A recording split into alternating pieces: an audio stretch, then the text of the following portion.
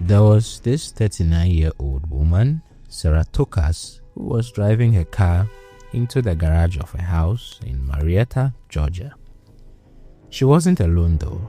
Her two small boys were with her, Ricky, who was 6, and Mike, who was only 4. They had been away in Florida for the Thanksgiving holiday, visiting Sarah's parents, and the journey back home was very long. In fact, it was so long that one of the boys had even fallen asleep in his car seat. Now, Sarah grew up near Buffalo, New York, and her father was a doctor. The children used to say that their grandfather was the kind of man who could fix anything with his hands. So one evening, she was watching the news and she saw a face that she recognized. It was the man named Fredric Tokars.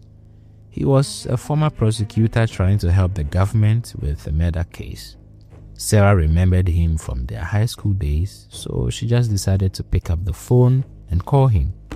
They started talking, and by 1985, they were married. Fredric Tokars was a prominent defense lawyer in Atlanta, and because he used to work as a prosecutor, he knew all the secrets about how evidence was gathered and how cases were built. So drug dealers and money smugglers went to him to protect them from the law. He was doing a good job, but by early 1990s, Fredric himself started getting involved in these operations. Some drug dealers from Detroit moved to Atlanta, and Fredric started helping them wash their dirty cocaine money into clean income. He would take the cash and pass it through the records of different nightclubs like Diamonds and Pearls, and then he would take a fee for himself. On paper, everything looked fine, but underneath, it was all crime. But you see, no one can keep secrets from a wife forever. So one day, Sarah went into her husband's home office and found some papers.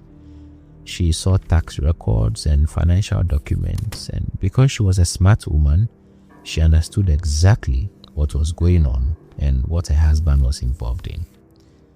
She felt she had enough evidence to finally divorce him and, most importantly, make sure she kept the 2 boys. Fredric knew this too. He realized that if Sarah went to the police or filed a divorce, he would lose his job, he would lose his house, and he would definitely go to jail. Everything he had worked for would vanish. And there was something else. Fredric had taken out a huge life insurance policy on Sarah back in 1989. He had increased it from $250,000 all the way up to $75 million. So this man started thinking of all this, and he was looking for a way to finish his wife. He went to one of his associates, a man named Eddie Lawrence. Eddie was a real estate developer, but he was also a bit of a thief who was already helping Fredric wash money. More than that, Fredric had lent Eddie $75,000 and Eddie hadn't paid it back. So he was in debt. Fredric told him that, look, you owe me and I need you to do something for me. Then Eddie asked, what is it? And Fredric said, I want you to kill Sara for me. He wanted them to kill her in his office. He believed that with all his connections and the people he knew in the system, he could make the whole case disappear after she was dead. But Lawrence said no. He didn't want the thing to happen in the office. So Fred had to change the plan.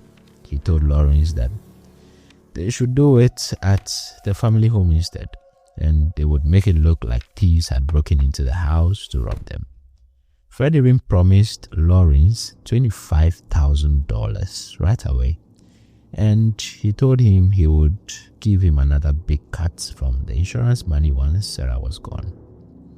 Now, Lawrence had been to the house before. He knew Sarah very well. He wasn't the kind of man who would just go and kill someone, but he was trapped. He knew that if the police caught Fred washing that drug money, he was also going to jail. So he decided to find someone else to do the job. He went and found a man called Curtis Rower.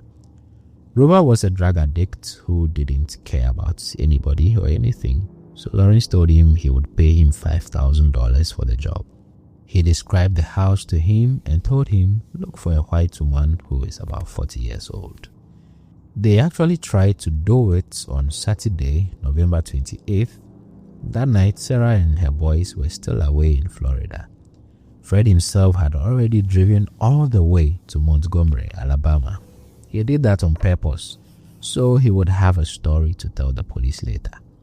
He was there to meet a client who was in prison just to isolate himself from where his wife would be killed. Lawrence and Roa actually entered the house that Saturday, but the family dog started barking non-stop.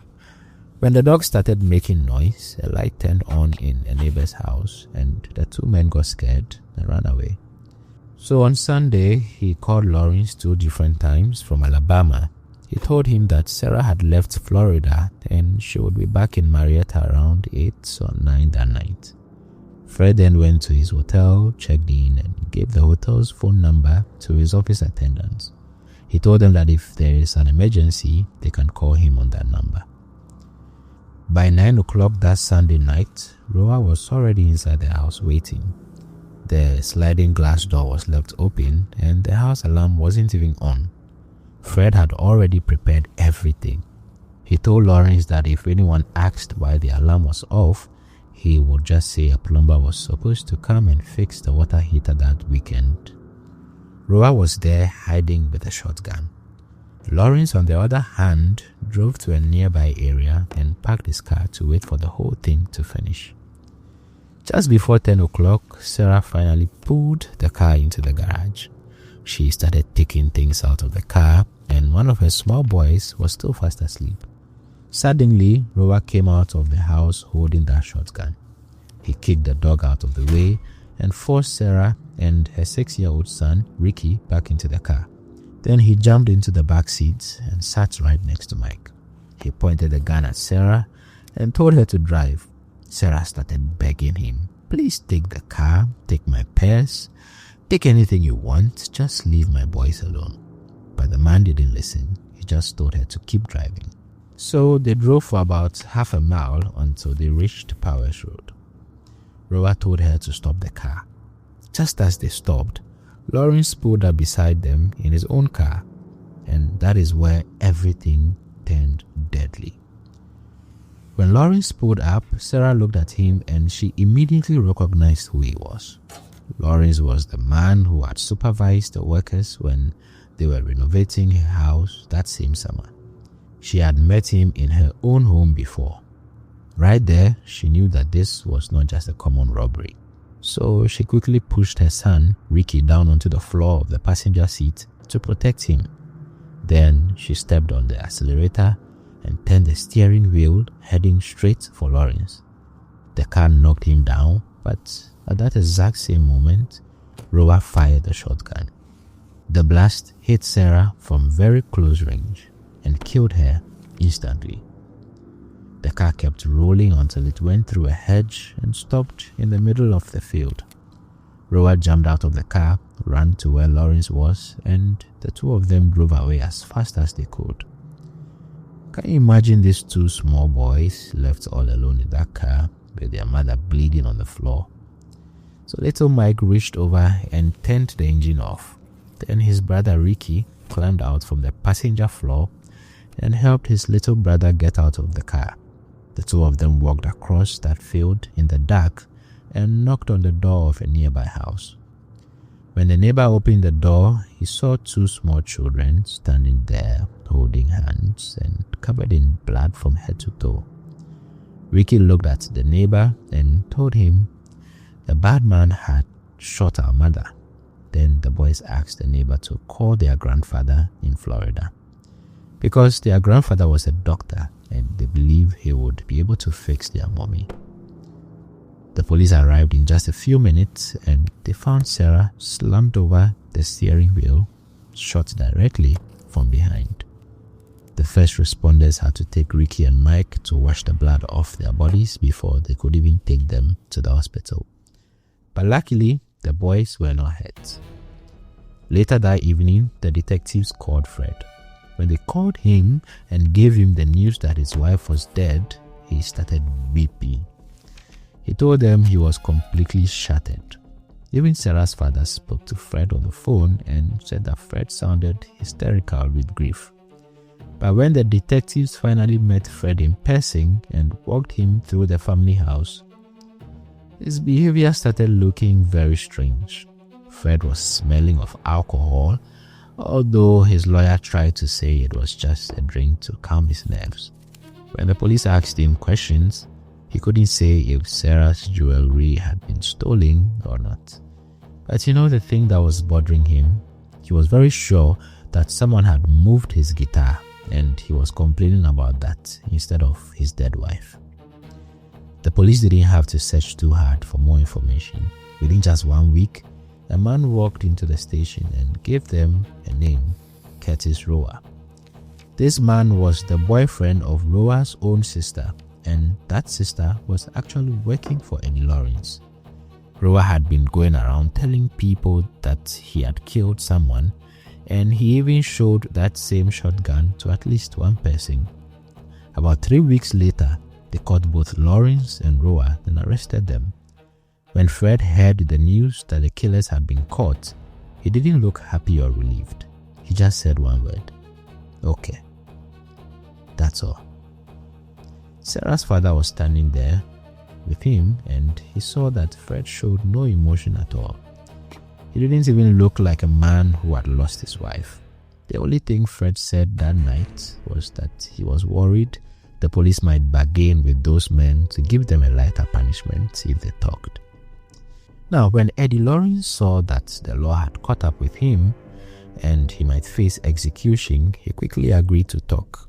He confessed that Fred had offered him $25,000 and a share of the insurance money to finish the job. He told them how they tried it twice and how Fred even planned his trip to Alabama just to make sure people would see him there when the thing was happening. Roa also started talking to the police, but he tried to save himself a little. He claimed that at the very last second, it was Lawrence who grabbed the gun and shot Sarah. But little Ricky, who was in the front seat when it all happened, never changed his story. He told them clearly it was Roa who pulled the trigger. By August 1993, the court charged Fred for illegal business, washing drug money, and his part in the murder. By April 1994, he was convicted on all those charges. But you know what? That was on the federal level. The real murder trial happened in early 1997. Sarah's friends and her family came to talk. They described how Sarah had become very frightened of her husband before she died. One friend even said that Sarah wanted a divorce after she found out about his illegal business, but Fred told her, "I will never give you a divorce and I will never let you take my children." And then a woman named Patricia Williams, who was a prostitute, came to testify. She said that Fred had approached her before and asked her if she knew any drug dealer who would be willing to kill his wife. And when it came to the money, the court looked at that life insurance policy and it showed exactly what Fred was after. So Fredric was found guilty for the murder of his wife and sentenced to life in prison without parole.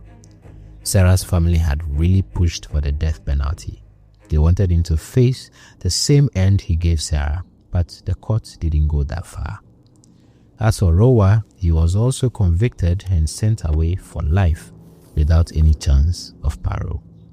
But Lawrence only served his 12.5 years because he decided to cope with the police with his confession. Inside the prison, Fred became a spy. He started working with the government, giving them information about other inmates who were being investigated for murder.